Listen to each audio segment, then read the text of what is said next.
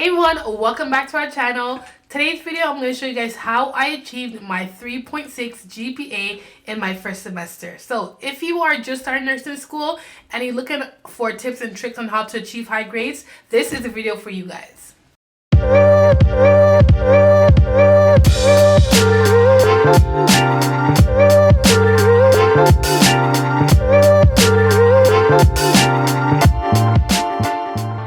And if you're new, welcome. Thank you so much for supporting us by clicking on this link. And again, don't forget to subscribe to this channel because this channel is all about nursing, tips, tricks, fun, and you want to be a part of this community, okay? So without further ado, let's get right into this video. So I'm just going to start off by knowing your schedule. Knowing your schedule and knowing what type of classes you're taking definitely helps in achieving high grades. The reason why is because some nursing courses are definitely more heavier than the other. So knowing what you have coming up will definitely help you achieve higher grades.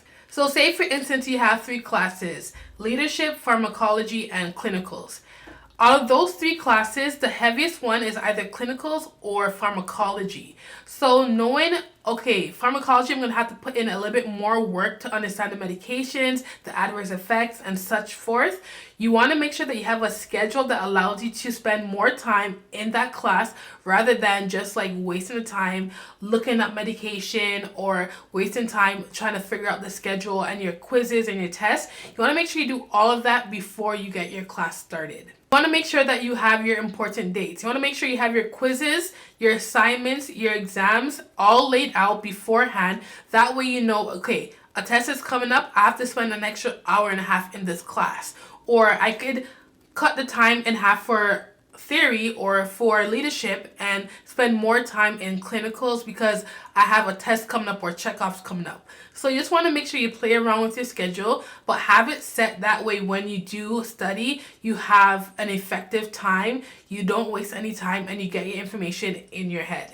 Next up is spending time or spending alone time by yourself or with friends to do stuff other than nursing. So for me, my weekends are for me. I try typically not to do work on the weekends unless I have a big test on Monday. But if I don't, I try to do things with my husband or things that are not related to nursing. And I just regroup myself, give my brain a rest, and just get ready for the new week to come. This is very important because nursing could be very overwhelming. It can basically consume you.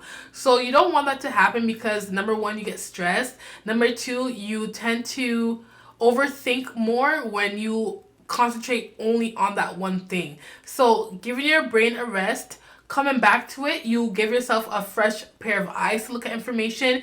You give your brain rest to actually think cohesively, and it works better in your favor rather than just trying to crunch everything out at one time. Now, this next tip I'm about to give you guys, I learned this within the first 3 weeks of nursing school, and is you have to put school first. Like, especially with nursing is a whole different degree. Like, we all know that. This is not no dega degree, okay? It is something that is so important that you have to make sacrifices. You have to cut away friend time. You have to cut away time that you would think that you would have. You don't have that no more, okay? You're in nursing school, so you have to put nursing school first. Sometimes friends might want to go out on a weeknight because they're working and you're in school, or they might want to go out for dinner late at night. You can't do that because we have classes as early as 7 o'clock in the morning. Clinicals, we have to be there 6:45, at least for me. So that means I have to wake up at least 4:30, 5 o'clock. So I don't have time to be going out at 10 o'clock at night to be dilly-dallying on the street. So unfortunately, this is what I had to learn the first 3 weeks of nursing school. At first, I thought I was like superwoman, I could do it all. But then I quickly realized that this was not the case and I had to put nursing school first. And this brings me to my next point. This point for me is probably the most important point in being successful in nursing school. I call it the triple paradigm. And what it is it's a triangle. I don't know, I think somebody told me about this before. I can't remember, but for whatever reason, it's just stuck to me. And you basically draw a triangle. The top of the triangle is study, the left side is social, and the right side is sleep.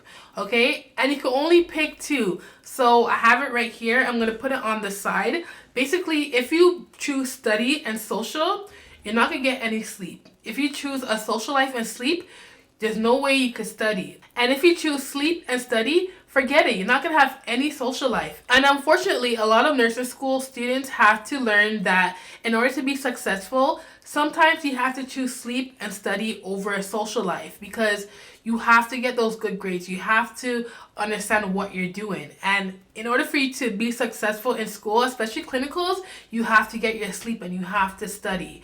I thought of it as social life is going to be put on hold temporarily for a permanent setup.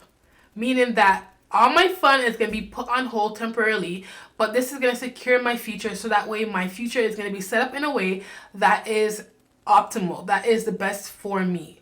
And you guys, that's literally all I did for nursing school when I went to go get my practical nursing diploma. And that is all I'm doing right now for when I am getting my degree in registered nursing. It's really hard because a lot of times you want to have that fun, especially because I've been out of school for 2 years. After work, I'll go out because I don't have nothing to do the next day, right? Like, I already did my 4-shift stretch. But now that I'm back into school, it's so much hard just to reverse that. But I'm thinking about the payoff that it will have at the end. And that's what you have to look for. You have to look for your why. You have to remember your why. If you see my last video, I showed you guys how to make your vision board. Look at your vision board. When you feel like you want to give up and you want to have fun and you just want to forget it, look at your vision board and remember, this is a goal that you want to achieve. So that's all the tips I have for you guys today. Try it out. It obviously works because I got a 3.6 GPA, not to toot my own horn, but just to help you guys achieve those high grades. And if you are a nurse who's taking A&P class right now, I do have a video on how to pass A&P guaranteed. I'll put the link up here. Make sure you guys check it out. It's such a good video and I've been getting a lot of feedback on it. So I really appreciate that, you guys. I love when you guys give me feedback. I love this community that we are building slowly but surely. So if you want to be a part of that community, make sure you hit that subscribe button down below. We are growing here. We are getting good grades and we are becoming the best nurse that we could be. Again, thank you guys so much for watching. I hope these tips really help you, and share this video as well, you guys. And also leave me a comment down below of things that you want to talk about. I've already gotten a request to do how to pass pharmacology, how to pass fundamentals, so I will be making those videos as well. Thank you guys for your feedback. I love it, and I'll see you guys in the next video.